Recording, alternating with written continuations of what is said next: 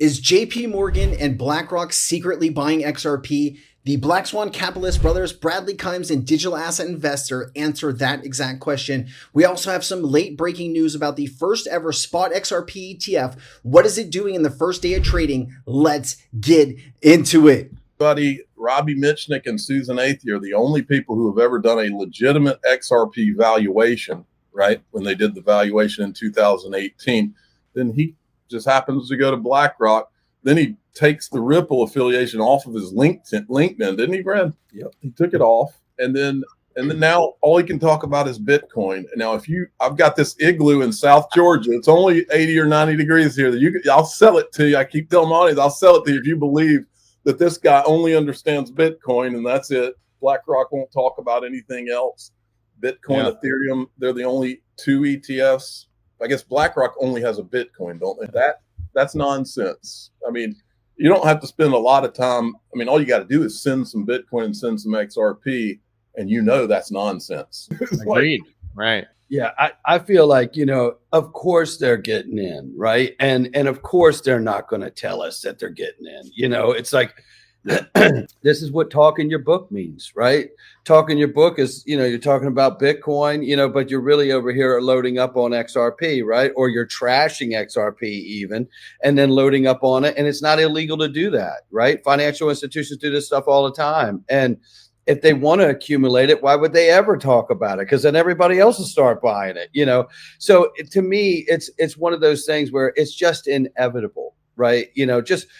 But this has been and you guys have go through this too, right? Like we are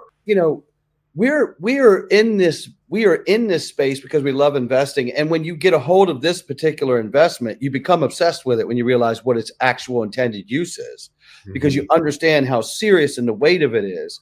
And it forces you to speculate, right? It forces you to speculate from a place of concrete, a foundational place, right? Like, what it's designed to do, what it's for. So it's just, I even liken this back to like pre-allocation of XRP escrow, right? Which I took a beating on forever, right? But the truth of the matter is we end up being vindicated because we found out that 5 billion XRP were pre-allocated in an option contract to R3. Then we find out that Greg Kidd had a 1% pre-allocated option contract on 1% of all the float of XRP, right?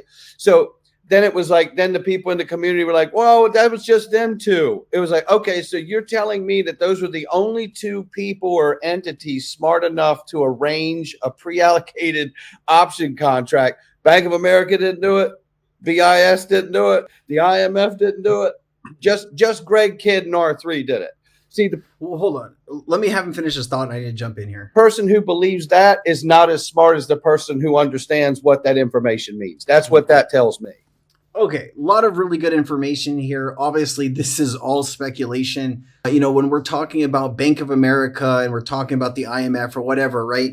These are early days. We're not as far as we were back then with the partnerships, the collaboration, RLUS. Like, all of this was just a forethought. So, R3 originally they built some testing around the XRP ledger, but then R3 moved away from it. And Ripple really didn't want to give R3 5 billion XRP, and they entered that lawsuit and yada, yada, yada. We are here where we are today. And R3 is one of the competitors when you're talking about central bank digital currency and other infrastructure against Ripple. Now, will R3 eventually use XRP? They're going to have the ability, but that still remains a big question in my, in my neck of the woods. Like, I would love to see that, but I would still need to see definitive proof. Whenever I've seen R3 people talk about XRP, they really don't say too much good, friendly things about it. Even R3 was having some trouble getting institutional clients, paying institutional clients because of regulations. So we'll have to see how all this unfolds. I'd love to better understand what your thought process is down below here, everyone. Like, do you think BlackRock and some of these bigger institutions knew back then when this was all set up that they have these pre-allocation contracts? If so, they wouldn't need to buy XRP off the open market because it was already be secured. Like, what my mind goes to when he says this is every month Ripple unlocks 1 billion XRP from escrow.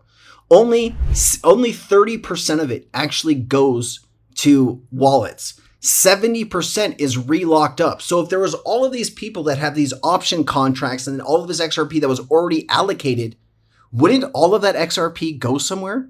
That is just the way I'm thinking about this. You can speculate and say all of these people have option contracts and this and that.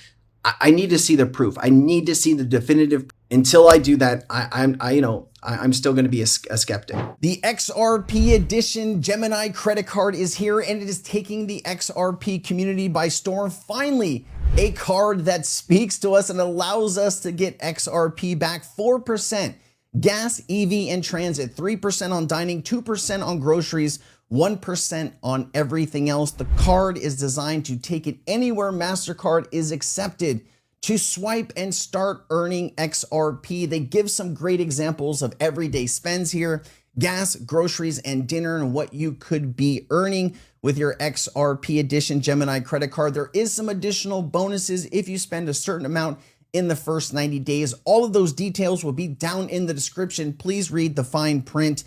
It does say the credit card is designed to grow your XRP portfolio. XRP rewards earned on the Gemini credit card and held for at least 1 year have appreciated on average 452.9% against traditional cards. Gemini has a lot of other great big internet partners, and they have some additional rewards in their app. Make sure you're taking a look at those. There are two different designs here. There's the classic and then there's the XRP edition. You get to choose what you want to use. And if you don't want to gain XRP, they have 50 other cryptocurrencies available. Gemini has the solutions. Go ahead and use my link down in the description if you want to support the channel. And once you start with your XRP edition Gemini credit card, if you want to refer friends and family, you can earn up to 5,000 in XRP by doing so. More information down below. Let's get back to the video. The first ever spot XRP ETF was launched today, the Rex Osprey. It launched at $25.82 a share. Here's some additional information on what we saw. In the first 90 minutes, we saw over $24 million in trading volume. That's 5 times higher than any other prior XRP futures ETF with respective launch days, signaling unprecedented demand and market enthusiasm. The Rex Osprey XRP ETF is the first fund in the US that allows regulated mainstream spot exposure to XRP. The Rex Osprey simultaneously launched a Dogecoin ETF, but investor attention was centered at XRP. Of course it was. Hello. Bloomberg ETF analyst Eric Bahamas commented that the volume of the XRPR was shockingly high. Yes, ladies and gentlemen, shockingly high. The guy couldn't believe it. We also got some insane news as well today that DBS Bank, Ripple, and Franklin Templeton enter a partnership. Here is the information on this. DBS is Asia's leading financial institution and facilitates trading and provides credit and lending using tokenized funds. Franklin Templeton, globally recognized investment manager responsible for tokenizing Franklin's on-chain US dollar short-term money market fund, also known as SG Benji, on the XRP ledger. Of course, Ripple provides the infrastructure to make all of this happen. This is actually a crazy announcement. The money market funds is a $7.3 trillion market, and XRP is serving as the backbone of this connection. Other financial institutions are going to be very interested in being a part of this, and I don't think this is going to be the end of this information. A lot of stuff is happening behind the scenes with Ripple and its infrastructure. I did a full video on this. Look for it the same day this video comes out. Digital Asset Investor posted this. The total crypto market cap dipped about 3.64 trillion and took XRP as low as 275. The market ticked back up and is now at 3.72 trillion with a $2.99 XRP. And this is 24 cents upward momentum with 0.08 trillion increase in the total market crypto market cap. Everyone in crypto outside is calling for a $10 trillion to come into the crypto market. Do the math, he's saying. And then, of course, there's some additional information here about what could that mean. I did put this into perplexity just to see what could this, analysts and use a market cap multiplier effect. Small capital inflows of 3 to 8 billion have outsized impacts due to price of XRP relatively low circulating liquidity. Conservative estimates show 8 billion inflow could push XRP's market cap to 10 trillion, implying prices upward of $1,437 per token. You know what? This is actually not right. And so let me just explain this to you. with the market cap multiplier, it only works because the token is illiquid. If you start getting billions of dollars in liquidity, the token is no longer illiquid. So if you look at Bitcoin, the early days of Bitcoin, you saw a 25 and 50x market cap multiplier. But right now at Bitcoin's current market cap at 2.3 trillion, give or take, the market cap multiplier for Bitcoin is only 3 to 5x. So to say that XRP's market cap multiplier will continue indefinitely is a massive misunderstatement and not understanding all of this, right? Obviously, people haven't done as much research on this as we have. Just don't be fooled. This is not going to go indefinite. It'll only be for short-term gains. I'd love to be wrong here, but I've done so much research on this. I do know once we get past a few trillion, you're not going to have 100 or 500x multiplier anymore. It's just how this is going to work. Anyways, let's keep going on. And you know what? Digital asset investor should know this math. Like, I don't understand why he's putting this out. He should understand this,